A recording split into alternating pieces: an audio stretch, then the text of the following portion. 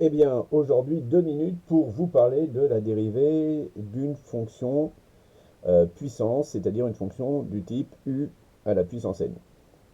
Eh bien, la dérivée d'une fonction de ce type-là, la dérivée de u à la puissance n, c'est donc égal à n fois u avec la puissance n-1, le tout qui sera multiplié donc par la dérivée de u.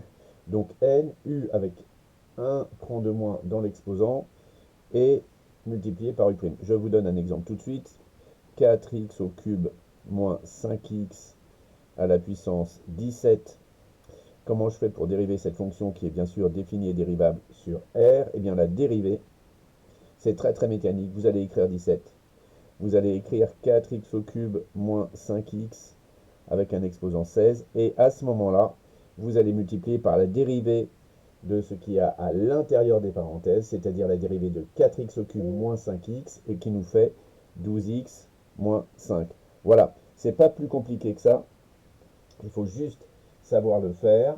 Je vous donne un autre exemple qui va être utilisé bien sûr cette année plusieurs fois lorsque vous aurez par exemple la fonction f de x est égale à x ln de x, le tout au carré.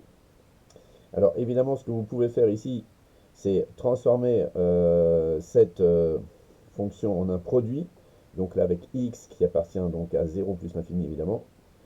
Ça va nous faire x carré logarithme népérien de x au carré. Et là, vous aurez à la fois à faire u fois v et en même temps la dérivée d'une puissance. Donc ça va nous faire 2x multiplié par logarithme népérien de x au carré plus x au carré multiplié la dérivée de logarithme népérien de x au carré, ça va nous faire 2 fois le logarithme népérien de x à la puissance 1 fois 1 sur x, ce qui nous donnera au final f' de x, le prime il est là, hein, est égal à 2x logarithme népérien de x, le tout au carré, plus 2x logarithme népérien de x, puisque le x au carré qui est ici et le x qui est là se sont simplifiés, en faisant x, 2 fois x, 2x, log de x. Voilà.